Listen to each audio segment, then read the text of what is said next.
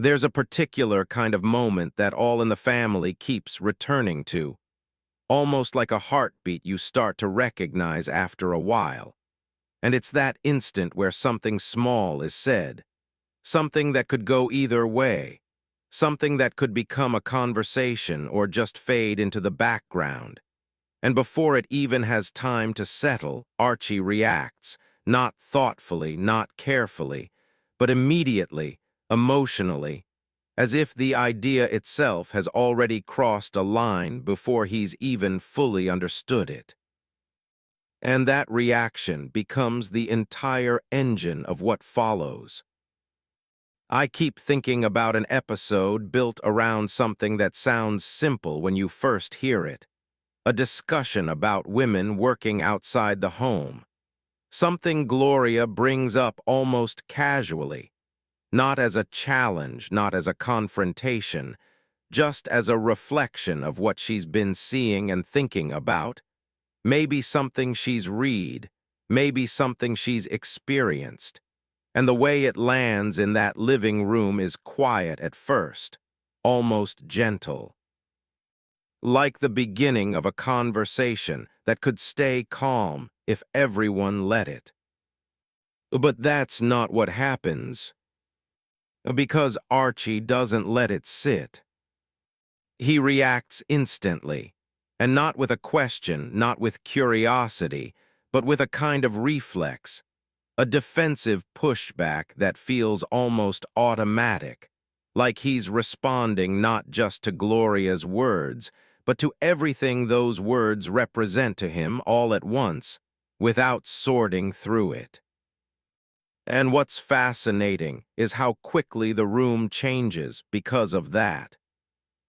The living room, which always feels like the center of everything in this show, becomes almost like a pressure chamber, because once Archie reacts, there's no stepping away from it, no changing the subject without acknowledging what's just happened, no escape from the emotional tone he's just set. Mike, sitting there, picks up on it immediately, not with the same kind of emotional reaction, but with a kind of steady resistance, the kind that doesn't try to overpower Archie, but also refuses to let the conversation collapse into dismissal. Gloria feels it too, but in a different way, because for her, this isn't abstract, it's personal, it's about her own life, her own sense of identity, her own place in the world, and so Archie's reaction doesn't just feel like disagreement. It feels like rejection, like something deeper is being pushed away. And as always, is there in the middle, not trying to win anything, not trying to prove a point, but trying to keep the emotional temperature from rising too fast, offering small, gentle comments that don't solve anything, but somehow keep everything from breaking apart completely. What makes this episode so compelling isn't just the topic. It's the way the conversation unfolds, because it doesn't follow the rhythm of traditional comedy.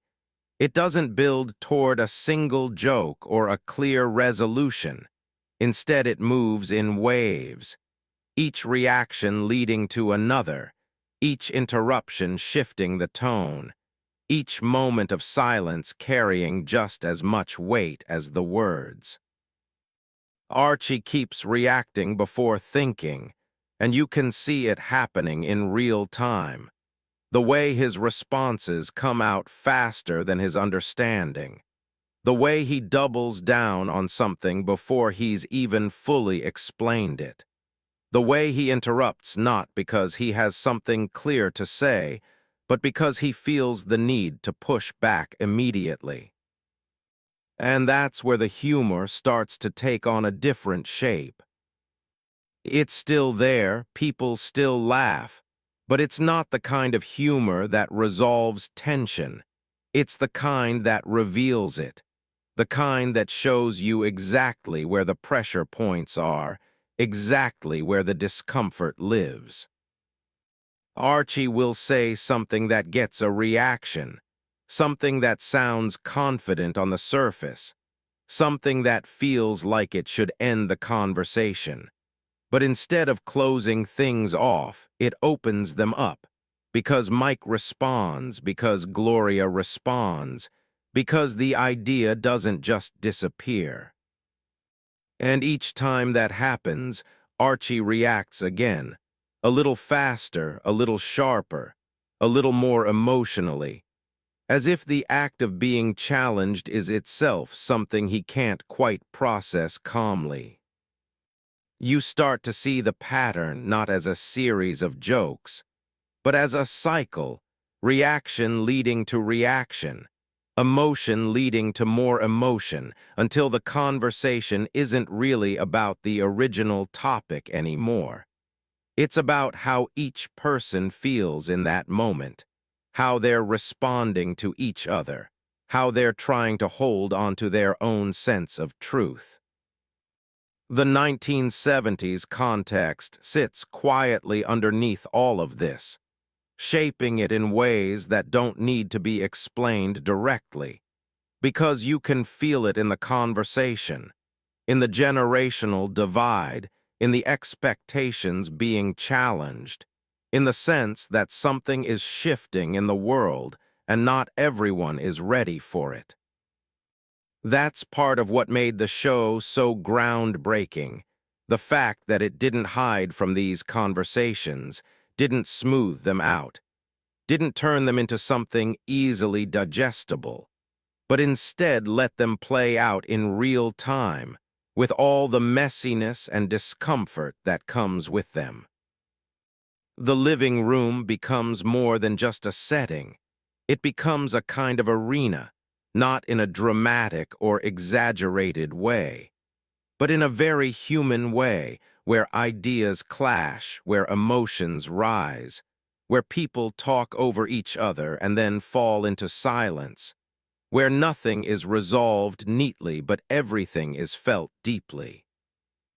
There's a moment in the episode where Archie pauses, just for a second after one of his reactions, and you can almost see the thought trying to catch up with the emotion, almost see the possibility of a different kind of response, something more reflective, something less immediate.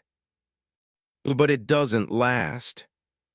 The next reaction comes just as quickly as the last, and the cycle continues. Mike's role in all of this is interesting because he doesn't match Archie's emotional speed. He doesn't react in the same immediate way. Instead, he slows things down, asks questions, challenges ideas in a way that keeps the conversation grounded, even as the emotional energy around it rises. Gloria moves between those two rhythms, sometimes reacting emotionally, sometimes trying to explain, sometimes just expressing how she feels, and that mix of responses adds another layer to the conversation, making it feel less like a debate and more like a real interaction between people who are connected in complicated ways. This presence softens everything, not by resolving the conflict, but by reminding everyone that there's still care underneath it, that even in the middle of disagreement, there's still something holding them together. And that's what makes the discomfort so effective, because it's not happening in isolation. It's happening in a space where relationships matter, where words have weight beyond the moment, where reactions have consequences that linger. As the episode continues, the reactions don't necessarily become more extreme, but they become more revealing, each one showing a little more of what's underneath, a little more of the fear, the uncertainty, the need to hold onto something familiar. Archie's immediate reactions start to feel less like confidence and more like defense, less like certainty and more like an attempt to keep something from slipping away. And the humor that comes with them starts to feel different too, not just funny, but telling. Because humor, in this context, isn't separate from the emotion, it's part of it, a way of expressing something that might be harder to say directly, a way of keeping the conversation from getting too close to something uncomfortable. And the audience, watching it, finds themselves in an interesting position, laughing at the jokes but also feeling the tension, recognizing the patterns, seeing the ways in which the humor and the discomfort are connected. That's part of what gives the show its lasting impact, the way it allows those two things to exist at the same time, the way it doesn't force you to choose between them, the way it trusts you to sit with both. By the time the episode starts to wind down, there's no clear resolution, no moment where everything clicks into place. Instead, there's a kind of quiet settling, the conversation slowing, the reactions becoming less frequent, the energy shifting from confrontation to something more reflective. But even then, the underlying tension doesn't disappear completely. It just changes shape, becomes something that sits in the background rather than driving the moment, something that you know is still there even if it's not being actively discussed.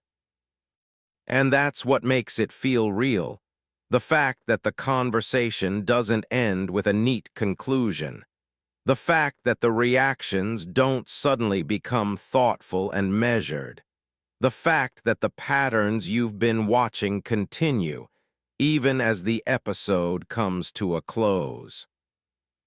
Watching it now, it's hard not to see how relevant it still feels, not just in terms of the specific topic, but in the way people respond to change, the way emotion can come before understanding, the way conversations can become more about reaction than reflection.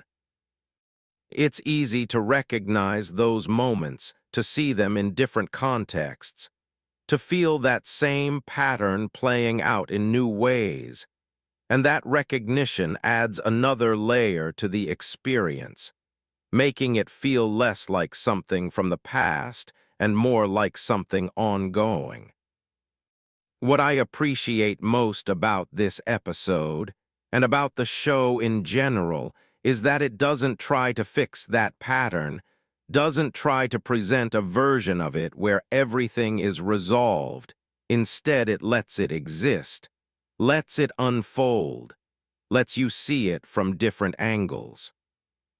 It trusts the audience to notice, to reflect, to sit with the discomfort rather than rushing past it. And in doing that, it creates something that feels deeper than just comedy, something that feels like a conversation that continues even after the episode ends. You finish watching, and the reactions are still there in your mind. The pauses, the interruptions, the moments where emotion took over, the moments where understanding almost happened but didn't quite get there. And maybe that's the point. Not to show how people should react, but to show how they do react, to capture that immediate emotional response before thought has a chance to catch up, and to let you see what grows out of that. Because sometimes the most revealing thing isn't what someone says after they've thought it through. It's what they say in that first instant, before they've had time to filter it, before they've had time to adjust. And that's where this episode lives, in those first reactions, in that space between feeling and thinking, where everything is a little more raw, a little more honest, a little more complicated. And sitting with that, letting it play out slowly, without rushing to conclusions, feels like the most fitting way to experience it.